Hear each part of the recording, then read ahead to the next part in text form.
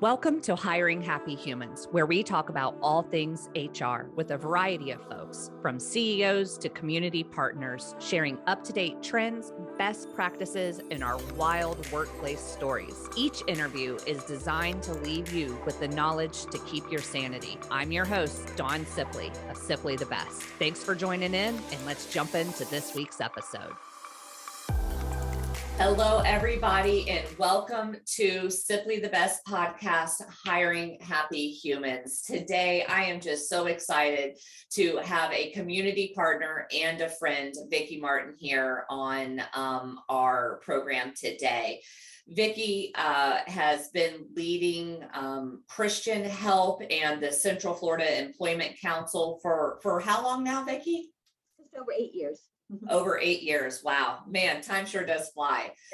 You are leading one of the most influential nonprofits in Central Florida when it comes to the area of employment. So when I decided to launch this podcast, you were on a very short list of people that I really knew was going to bring value to the community today. So we'll be learning a little bit about what Christian Help does and how that is different from CFEC. I know sometimes people get that a little confused. We'll bring some clarity around that today. Talk about your services and how you're able to support small business owners in their hiring needs. So welcome so much. Great. Thanks so much for having me. I love to talk about what we do, obviously, and to help people. So that's right up my alley. Thanks. So what brought you to this organization to begin with? Oh my. So the short version is I was a client myself a long time ago. A couple decades now, I'm happy to say, but I was in need. And so Christian Help helped me. I was employed, so they didn't have to help me with employment, but I was in need of their material assistance that they provided, as well as just encouragement, which we're really known for still today, I'm happy to say.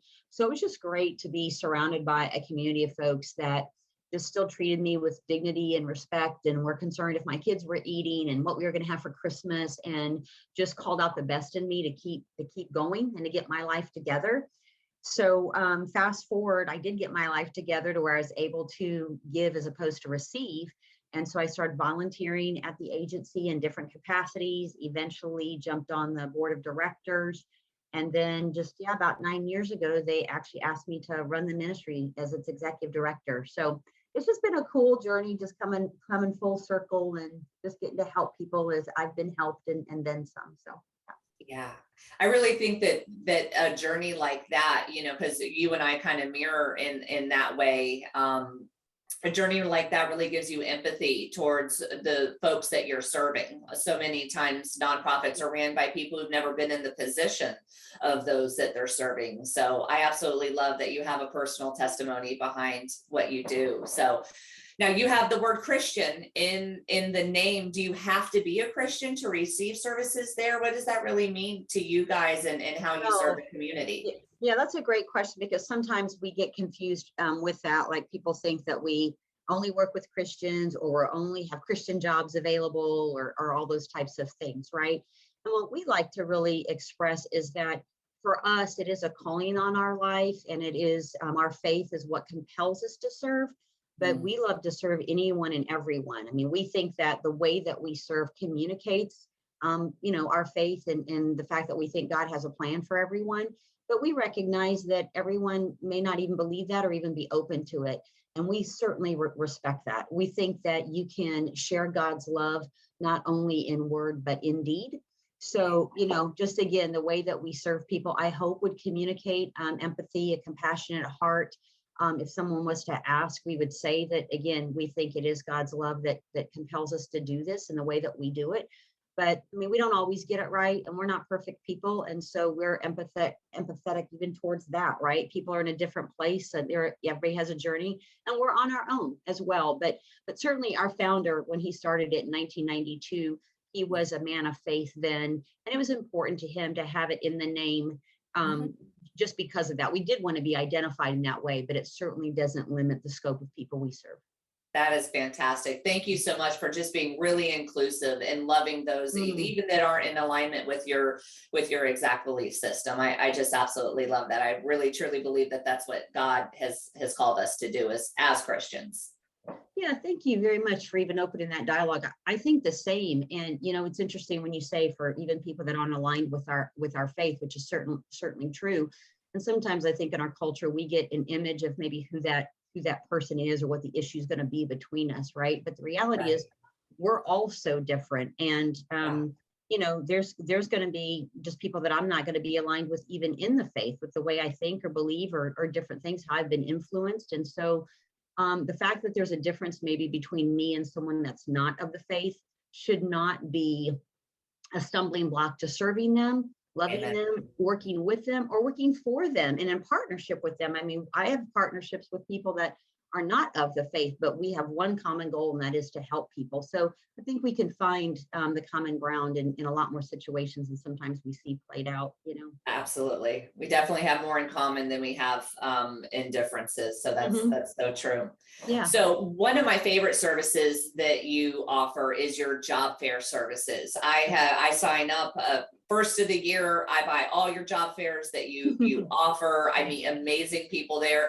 I actually, as an HR consultant, met one of my internal employees at your job fair that you held at Seminole State, which is one of your more intimate job fairs. So it was a different style. It was in Seminole County. I was super excited about that specific event.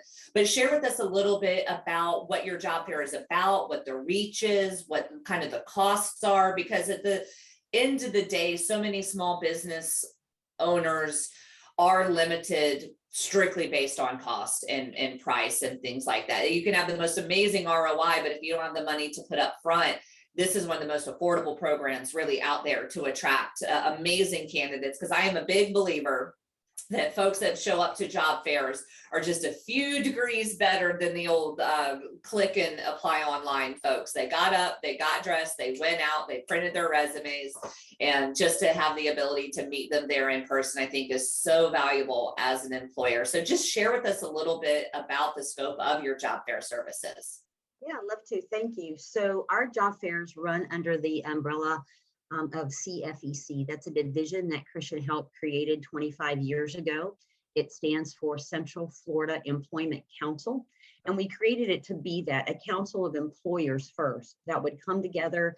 They would network, they would exchange job leads. We'd help them by providing speakers in their field so they could keep up with relevant information as well as their own industry credentials that are required, SHRM credits and such. But Yes. then out of that, so out of that then was born this idea of, well, let's also help them meet their need of finding job seekers, right? Finding employee candidates. And how do we do that? And what's the best way to do that?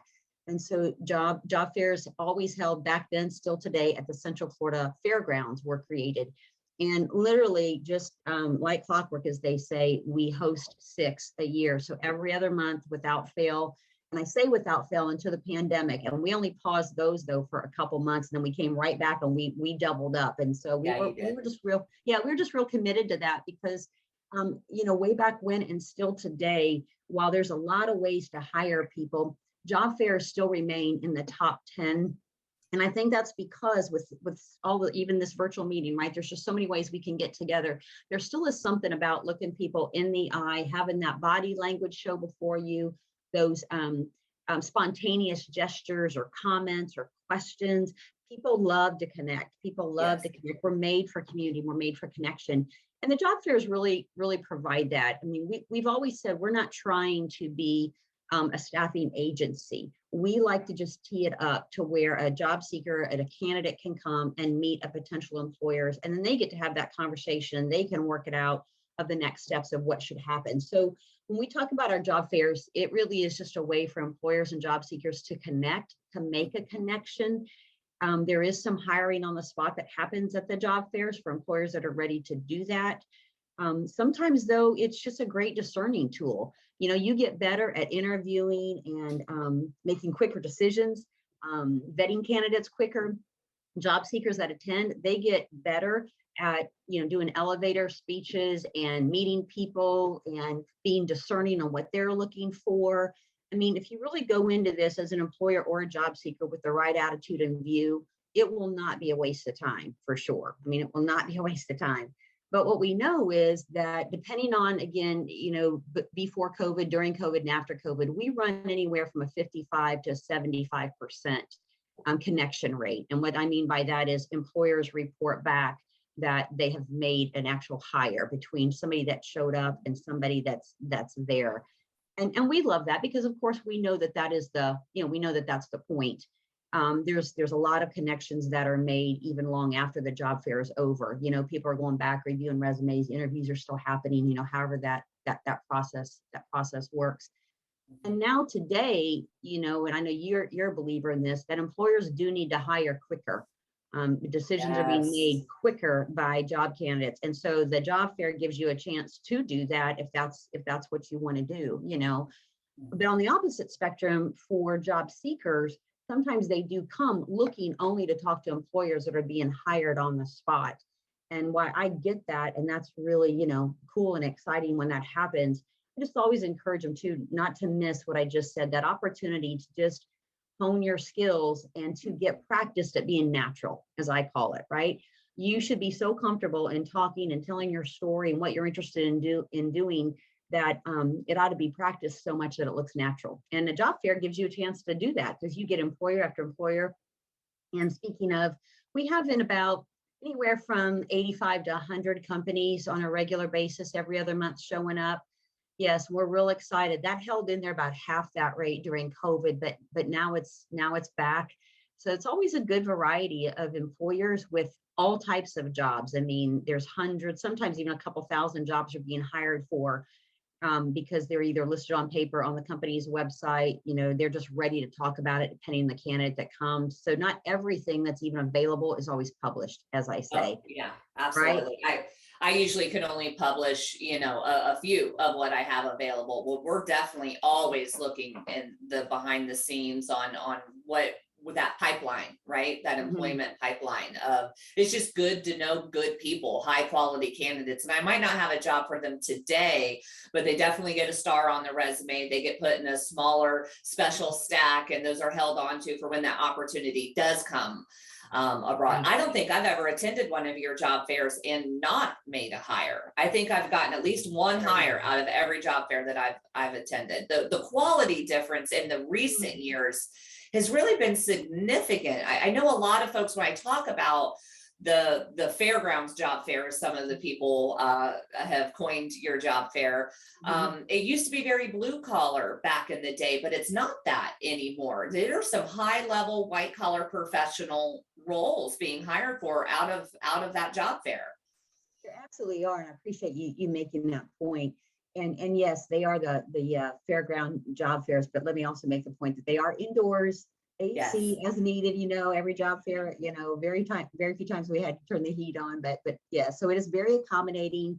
And I think that just the longevity has certainly established some credibility. But again, you can be in the same spot for a long time and not have any results. So I think the results it's producing, are really important.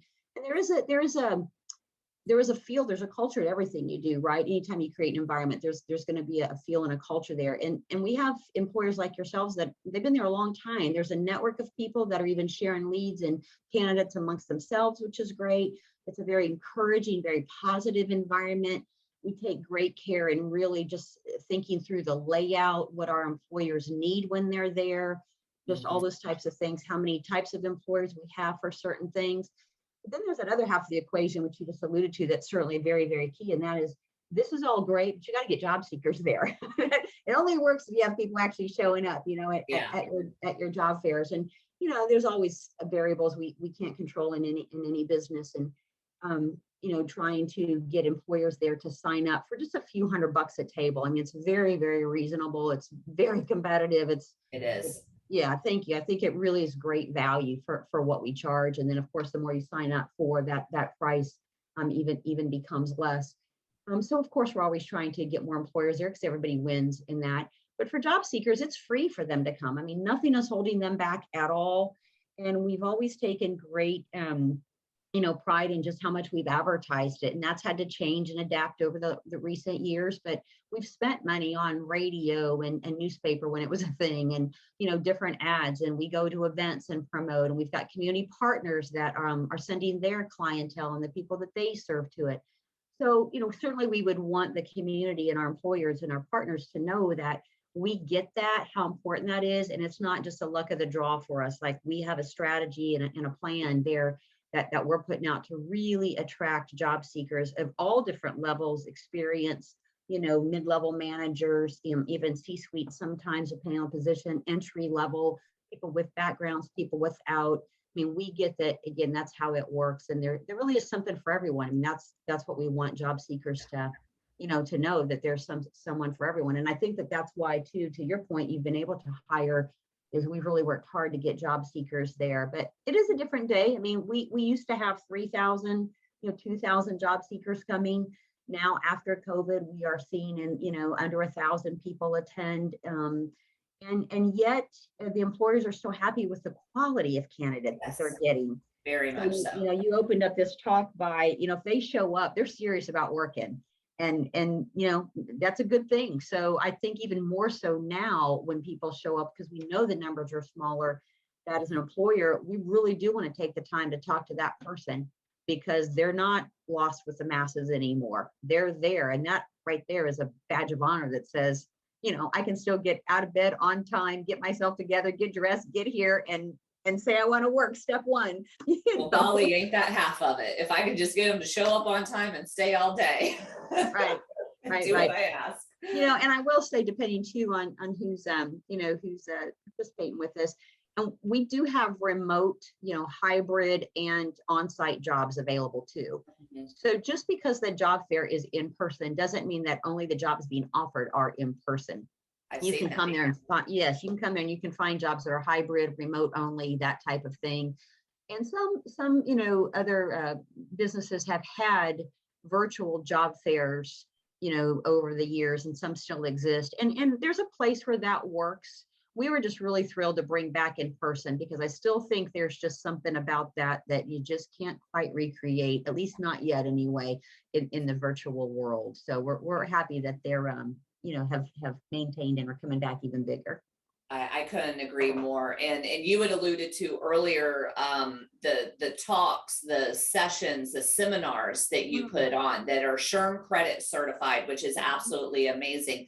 But I can't tell you how many small business owners that I've said, send your office manager to this meeting, because the level of experts that you bring in and the information that is given during those meetings, and just the conversation amongst business leaders in the room is so powerful, especially if you're trying to groom an office manager and maybe they're not degreed and maybe they don't even need the SHRM certification, but they sure could use the knowledge. So if you've got someone in a leadership role in your organization that is making hiring decisions or business related decisions, your seminars are so affordable. What are they, about $25 or $30?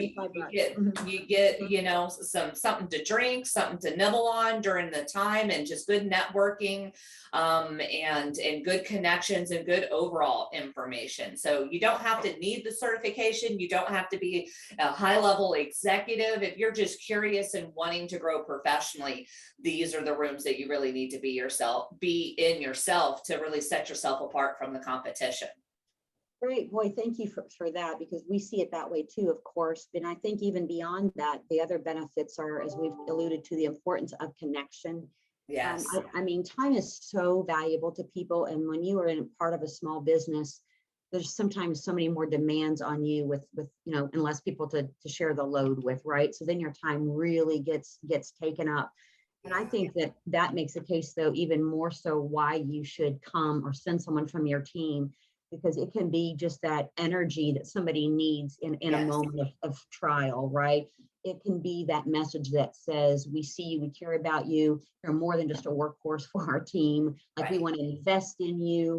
And that's just so, and again, that's the power of people and community, being around others and being able to make a connection of your struggles, but also then have somebody else different to just celebrate victories with you and learn and grow from and all that. And two, as employers, sometimes I think we can get a little too protective of so-called the competition. Like if I send my people there, like who are they going to talk to and what will they share? And, we try and just keep this, in a little bubble, like that's going to, Yeah. save the day or something. And really it's just the opposite. It's when people can rub shoulders with other people, they can see that, hey, this isn't just my struggle, or I found an answer that I really need, or they are actually for me, and we can celebrate that they got to hire and we got to hire, and we're different and the same. And yeah, there's just a lot to be said there. And so it's really just like an hour and a half, 2 hours when we offer lunch or breakfast sometimes. But I think it's powerful. So I appreciate you teeing that up for me. Yeah. No, absolutely. It's just as busy as I get, it's always on my calendar, and I always try to make it a priority. And I can just imagine how immensely valuable it can be to people that are a little bit more junior in their career and looking to make those connections. I know the value of those connections. I built my business on the value of those connections and with wonderful partnerships like yours. So for young folks trying to make their way into HR, into business, into leadership, it's just really a good place to be. You can go to chamber meetings and networking meetings, but it's just not the same caliber of individuals, I don't think. And it's not the decision makers that are in the room. Nobody's there to sell you anything or whatnot. We're all there to gain knowledge and be better in our business. Yeah, you're going to learn, again, about things that you need to know about, whether it's the latest hiring practices, how, AI's coming into things, what's the latest stats, trends, what's the economic forecast that we're seeing, things about HR, excuse me, I was thinking it was employment law, just so many things like that, just those tips and bits that you need in your own industry and amongst those professionals that share that. So yeah, absolutely. And again, we try and make everything we do either free or affordable for small business, which is really nice, so that they can participate. And yet you see bigger companies participate. Yes, you do. Which again, I think speaks to the value of it. That, because sometimes we do attach value with price, and I get that, and there's a time and a place for that. But I think in fairness, you need to look at and say, well, hey, just because it's $25 doesn't mean that it's not worth more than that. In this particular case, we've priced it that way for a reason, for small business, not attached necessarily to the value alone. So absolutely. Thank you so much for doing that, because you were just sowing seeds into so many lives and businesses across Central Florida. So are there any other services that you provide that are really targeted towards the business owner? I know you've got a lot that lend towards individuals, which I do want to get into, because I am a big believer in leaders knowing what resources are available so they can share those resources. But is there anything else that we're leaving on the table for businesses? I think so. I would also speak to, at our cfec.org site, which is where employers and businesses can find out about job fairs and the employer meetings that we just spoke of. That's also where the job board lives. That's right. Yes. Yeah. I used to have all the time. We have our own job board. It is not cut and paste off of Indeed or anything. Don't get me started on Indeed. Right? It's the devil. Yeah, I know devil. that's a hot button word for you. But seriously, right? So what we like to say is it's local jobs for local people. Amen. And you might find something on there where Pepsi's hiring over in Georgia or whatever. But as far as, who's it for, who's posting on there, who's looking on there, it really is connecting Central Floridians to Central Florida work. And again, it's got a price tag that is very reasonable. If you have a job fair package, it's even less. And there's ways to be a featured employer on there. And I'll be honest with you, I mean, the template, the format's pretty simple, straightforward, but it is have a good search engine, and you can search resumes on there if you're an employer. So it's got some nice tools available to you. And, depending on your view of things, and if you think people are really looking, we're finding that this has been a trend for years in and out of COVID, that we have 1,200 to 2,200 people a year getting a job off of there. So yeah, so people are looking and finding their next employer on there often. And I would just say, and of course, Dawn, you can speak to this even better than I can, I'm sure, but if you are looking to hire candidates, and almost who isn't right now, and you're struggling with it and you're having a hard time, as has always been the case, but now more so than ever, you need to have a strategy to do that in multiple ways, in multiple layers of places. And yet it can get expensive. So you really do want to look at, where am I going to get the most, bang for my buck? And then the beauty of it, when you choose to work with CFEC, which ultimately is tied into Christian health, is that you're helping a nonprofit keep our services for free for job seekers that can't afford to pay for the employment services that we offer. So it's really a win all the way around. You're not only winning for your company and for your team, but you're actually helping a nonprofit keep doing what they do. And so you've already, participated in corporate social responsibility right there, and you may not have even been aware of it. So to, spend $25 with us, or 65 or 275. I mean, you're definitely going to get something for your money, but I think you get an added benefit, which is just blesses people way even beyond you. So. Yeah, absolutely. I always share, when I do my career coaching with job seekers, I share with them the burden of the employer to put those postings on those websites. It's so expensive. Career Builder, Indeed, Monster, all those big job boards are thousands of dollars to post per month. Yes. And so I always tell them, you need to cross-pollinate, because an employer will pick one, maybe two of those resources, and then they're tapped out financially. That's all that they can do. So I always tell them, post a lot, because there's different people in each of those ponds, so that is just so important. And I would much rather all day long hashtag shop local, give back corporate responsibility, to support our local environment, versus lining the pockets of bigwig executives of national organizations, Sure. And I would add to that too, and this is the beauty of us being small in size, but mighty in results. I mean, we've only got 16 paid people on our team. Our budget's $1 million. So we're not this big corporate nonprofit, but yet, because we've been around so long and our team is so passionate about what they do, we've just found a way to get an awful lot done with what I would just say are few resources. And I make that point in the smallness of our agency, that we still get to be very relational with both employers and our clients, our job seekers. And so what I often invite small businesses to do in particular is, if you've got, maybe you're just going to hire one or two, and you've got a little job posting you've got put together, you're not sure if you're ready for the job board, let alone a hiring event or a job fair, I invite them just to send it to me on email, and then I send it out to our team, who's working with a few hundred job seekers every year. I feel like it's a way we can add value, and I never promise results. I always say I don't know who's going to be in our pipeline, but it's a way for us to make a relationship, for us to dialogue, to learn more about what you're looking for, what type of a job seeker, find out who we are working with one-on-one. And then whether, if you don't get your candidates through that means, and maybe you're doing something else as well that works for you, but then maybe you want to go to the next level. And again, that's just the type of service that we can do, just because we really care about people ultimately finding what they need, and their costs and the constraints that they have upon them. So we want to be very relational in that way. The other thing we've said, and I just had this conversation yesterday, is I find that sometimes, again, small business, because you're the small business owner and you are HR and you are finance and you are R&D and you're everything, right?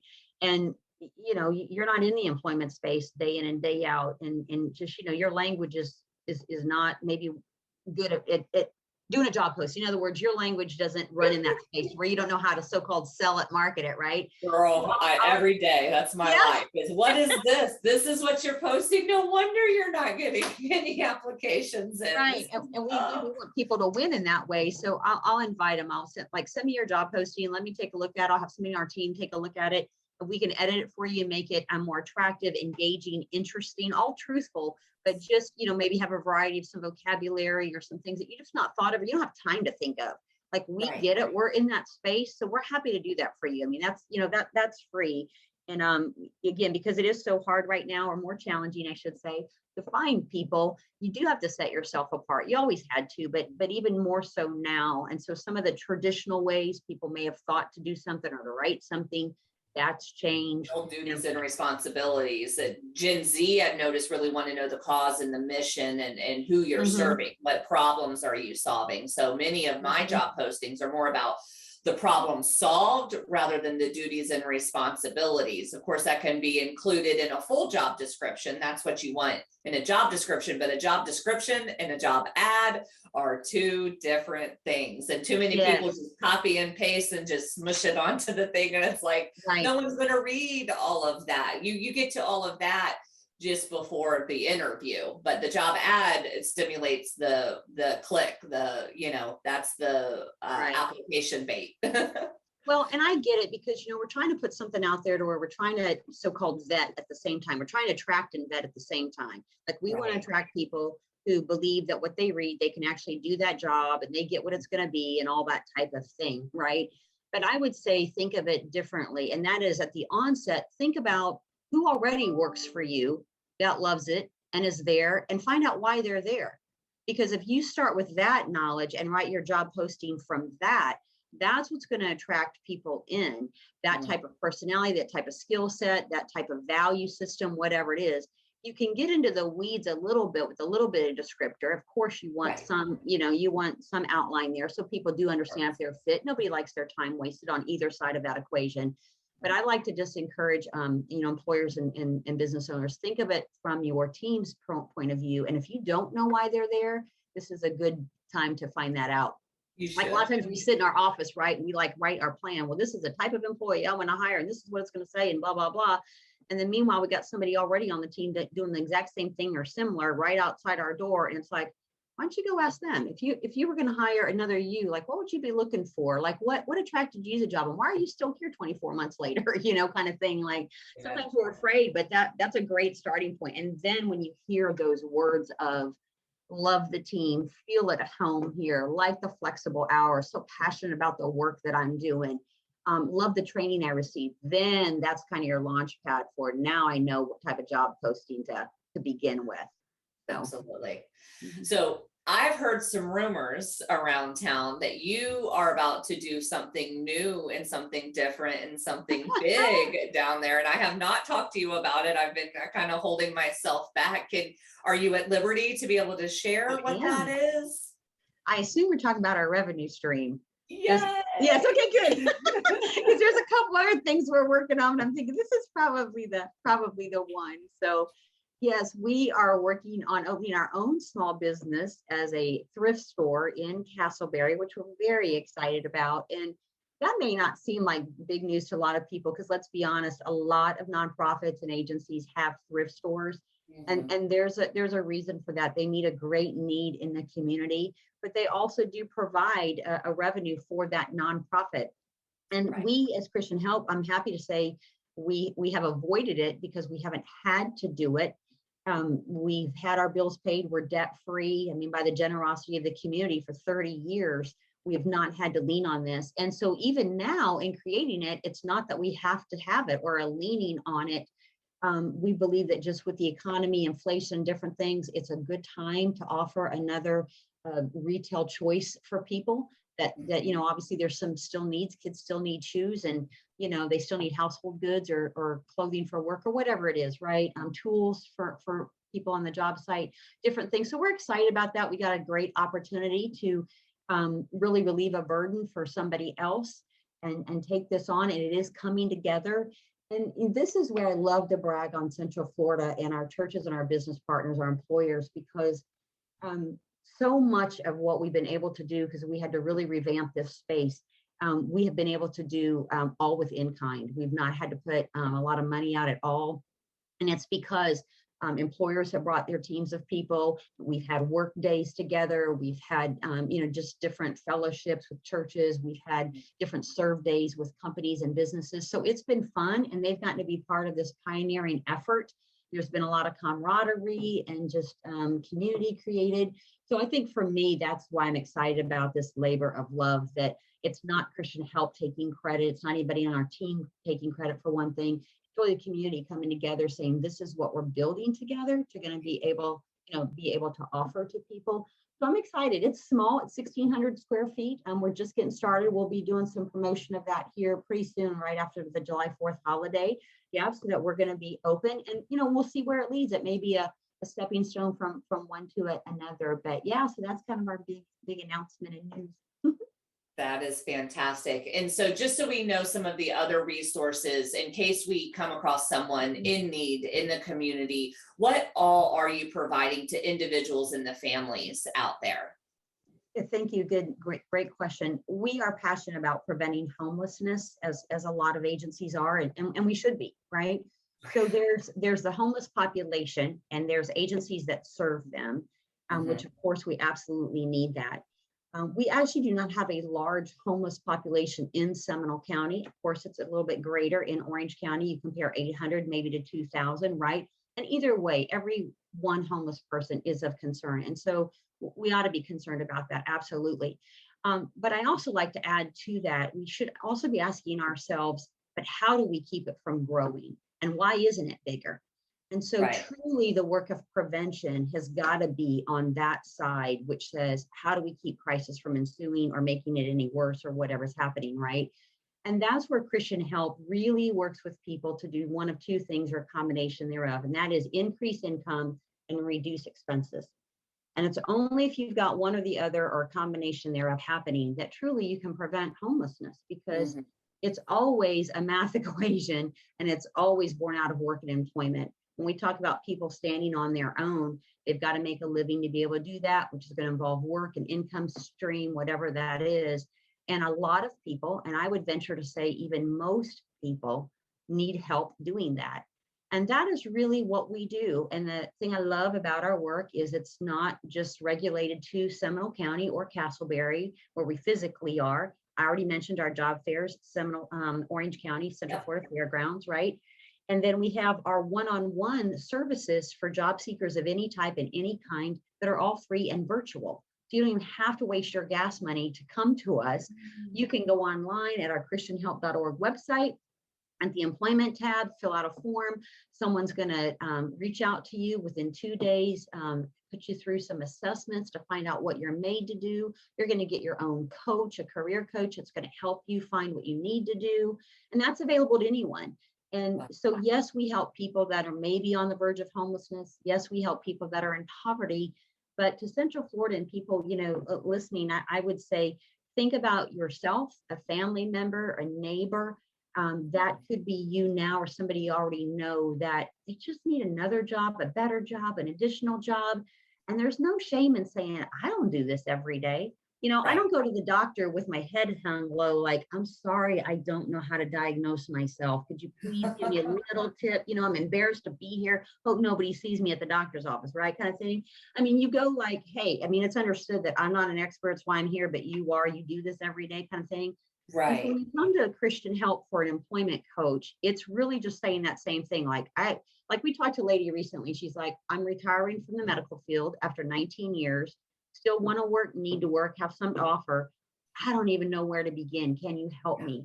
And we're like, yes, this is what we do, because she doesn't have to qualify for services, And so it's like, if you're just telling me you're willing and able to work, we're your team. Like, we're going to come alongside you, coach you up with what you need. We're not going to put a program on you that says, well, here's our 10 steps, all we got, hope it fits, take it or leave it. And you got to go through all of them, even though you only needed step 3, kind of thing. So it's customizable, client focused, relationally driven. And so that's what we do for free one-on-one. And then we also create classes that are customizable as well. So we've taught at-risk population groups, we've talked to church groups, we've talked to young people groups, we've talked to all different types of venues where people said, could you come in and coach us on what's new, what's relevant, maybe even employee excellence. And we've gone to companies, here's a strange one, we've gone to companies that have been laying off people, and we've come in and have talked to all those folks that just got the pink slip to let them know what hope is for them, what encouragement is out there, and what opportunities are, to let them know this is not the end.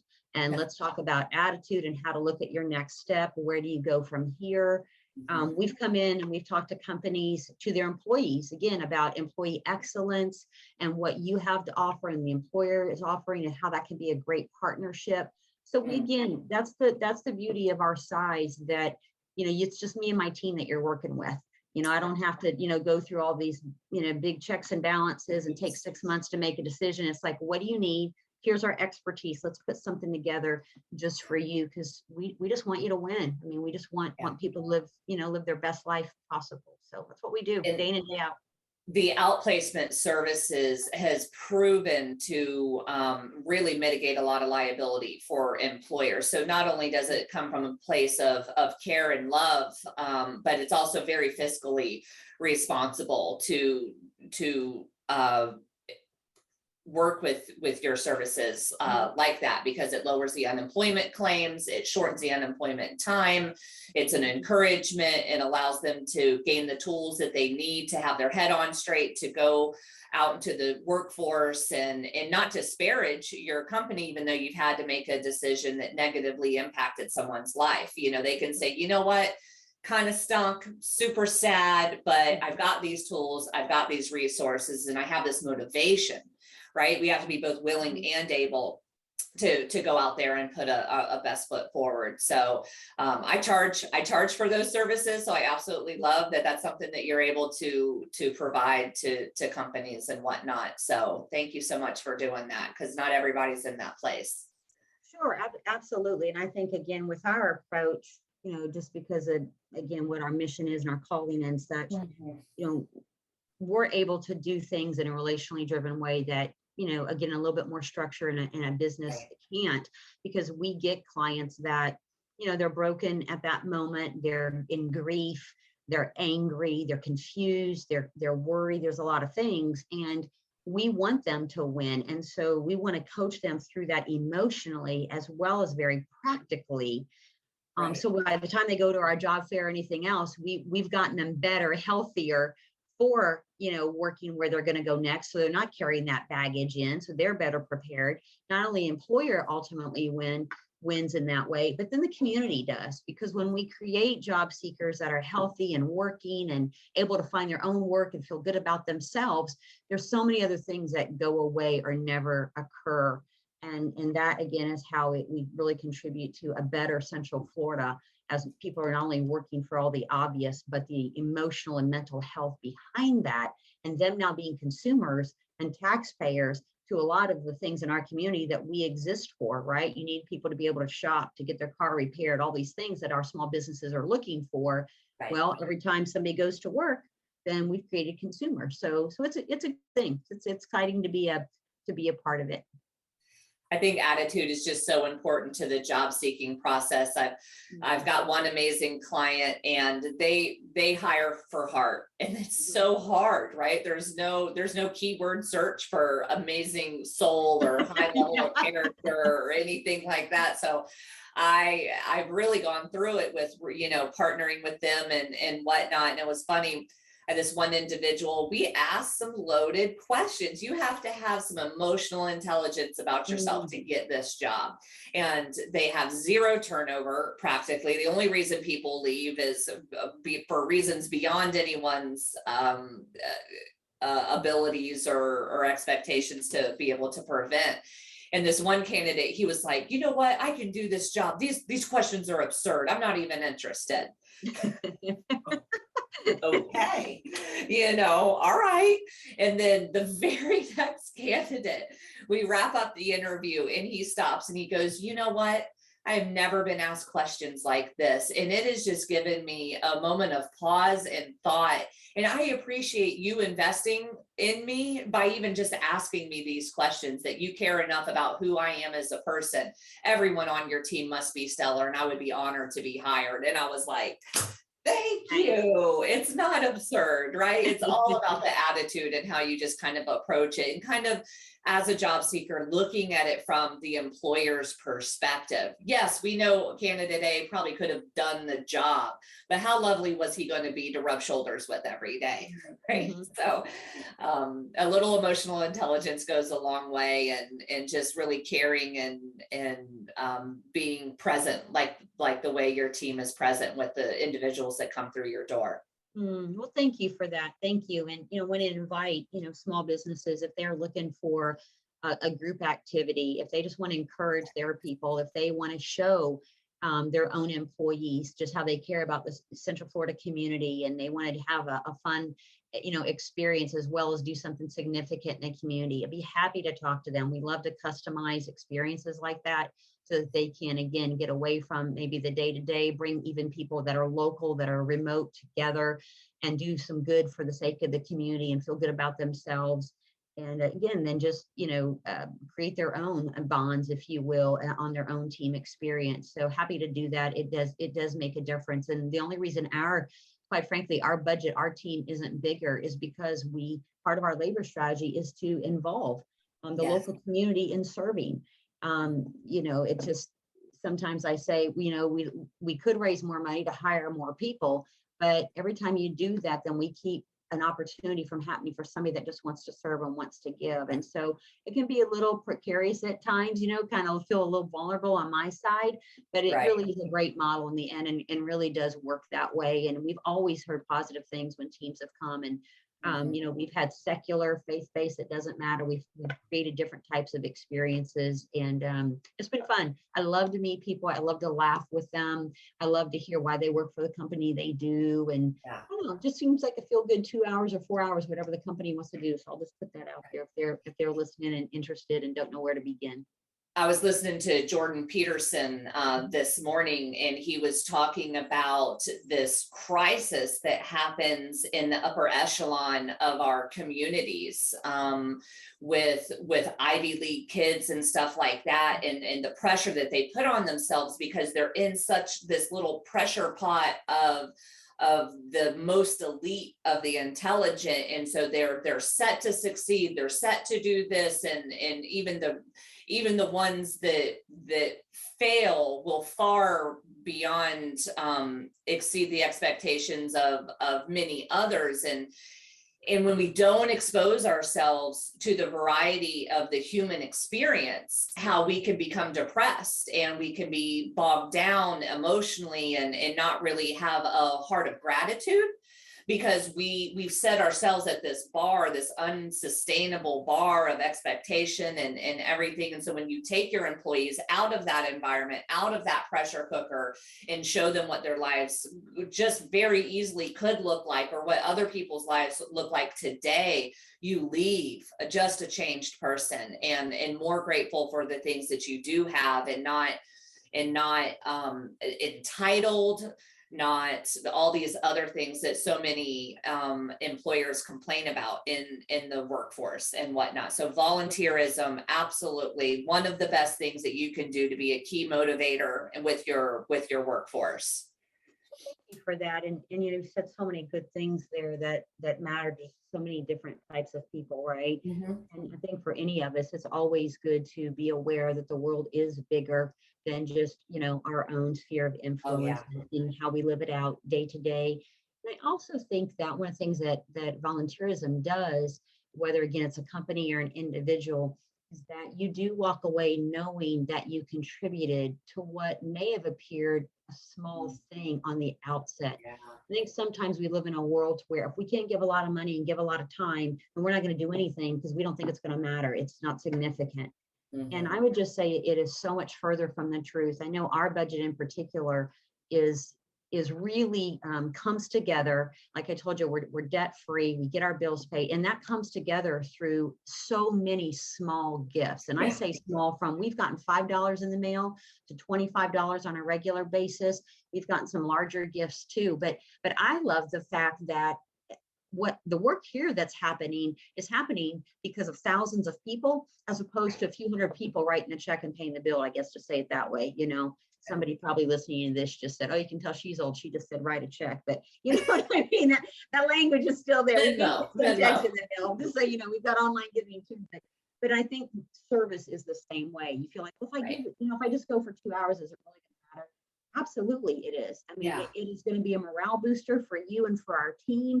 It's going to be energizing by the people you meet.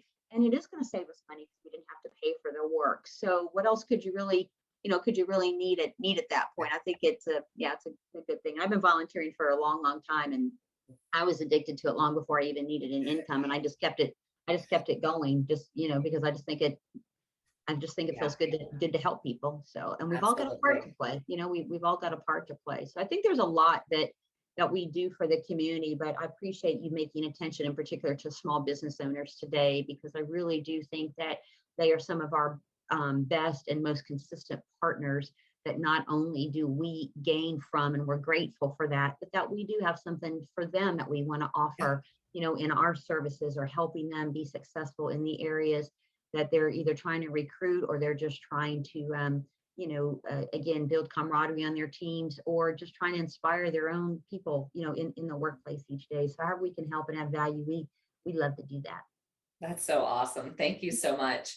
So I always ask each of my guests, what is one thing that you would tell your younger self, professionally speaking? Like, if you could give yourself any advice looking back, what would you tell yourself? Wow, there just one. I would tell myself so many things. My younger self. I think, boy, there really is a lot. It's hard to choose, but, and this is certainly just part of who I am. But I would say to capture your journey. Capture your journey in some way. And when I say document, I may be a writer type. Others may want to speak notes into a phone. Maybe they take pictures. Maybe they draw. Whatever it is, right? Maybe you want to dictate to a friend, and maybe they'll do it for you. It's not your thing. You're a talker, but you've got somebody else that would help you out. I was blessed to start working at a young age, and I do say it was a blessing and not a burden. And wherever you start in life, so much happens in such a short amount of time, and it's hard to go back and recreate. And we remember sometimes the highs, and then sometimes we talk about the lows, but the actual journey, like where you began, who influenced you, who'd you learn from, even negative. You don't want to be like, who gave you a shot, who really poured into you? What are you doing today that you weren't able to do a year ago? I mean, there can be moments of that you're going to want to look back and remember your highlight reel better than the memory alone can do. Amen. And it may be to inspire somebody else, or it may be when you've got a bad day, you need to look back and see where you've come from 5 years ago. Or maybe you needed to discern some decision making, like, oh yeah, I've forgotten, like that whole admin gig didn't work out very well. Like, it's okay. It doesn't have to be, here's my book of all my great moments. It's not the scrapbook as a kid when your mom put the awards in the pages and, when to show you your ribbons later on. It's not that. It's just, here's my work journey. And I think it also puts it in a positive light. Like, this is a moment of my personal growth and development, and I want to remember it. So I think I would say that. I would say start as soon as you can, whether you started working years ago or just today.